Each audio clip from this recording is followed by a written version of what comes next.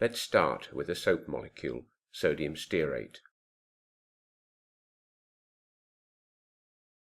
You will recall that it's difficult to use soap, sodium stearate, with hard water. Instead, you get a scum.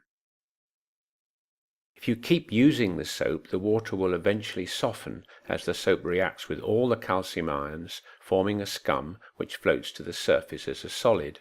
And once all the calcium has precipitated, the soap works normally and you'll start to get a lather again. However, this wastes soap, so we need to find something cheaper that will react with the calcium ions in the water and form a precipitate, sort of removing them from the water. Enter washing soda, sodium carbonate, much cheaper than soap.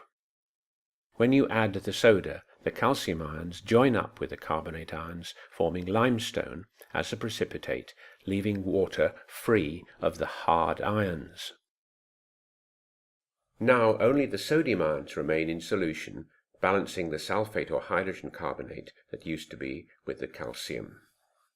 You can remove temporary hardness by boiling the water, as we learnt in the previous unit, but this is expensive and causes lime to deposit on the sides of your container. So here's a question.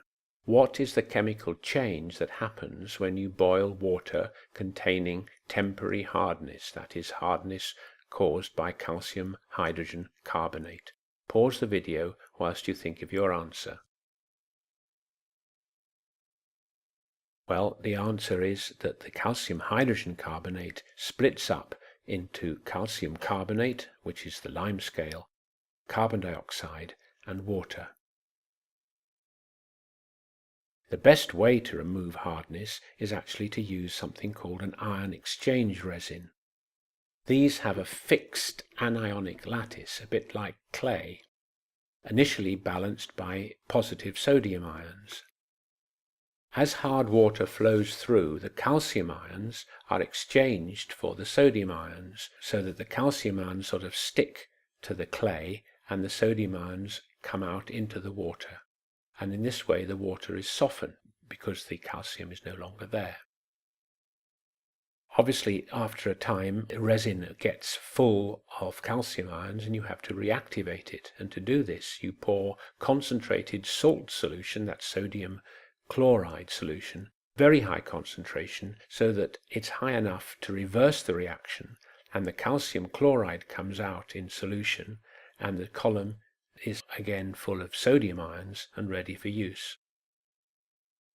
To compare the hardness of different water samples, you can take a fixed volume, say 25 cc's of the hard water, and run soap solution in from a burette bit by bit, shaking each time until the soap lathers. That means you'll see bubbles on the surface, and the more soap solution you have to use, the harder will be the water. To see how water is softened for public water supply, watch Environment 025 water treatment. So to summarize, to soften hard water, you need to remove the calcium ions which are in solution. This is done either by adding washing soda or by using an ion exchange column.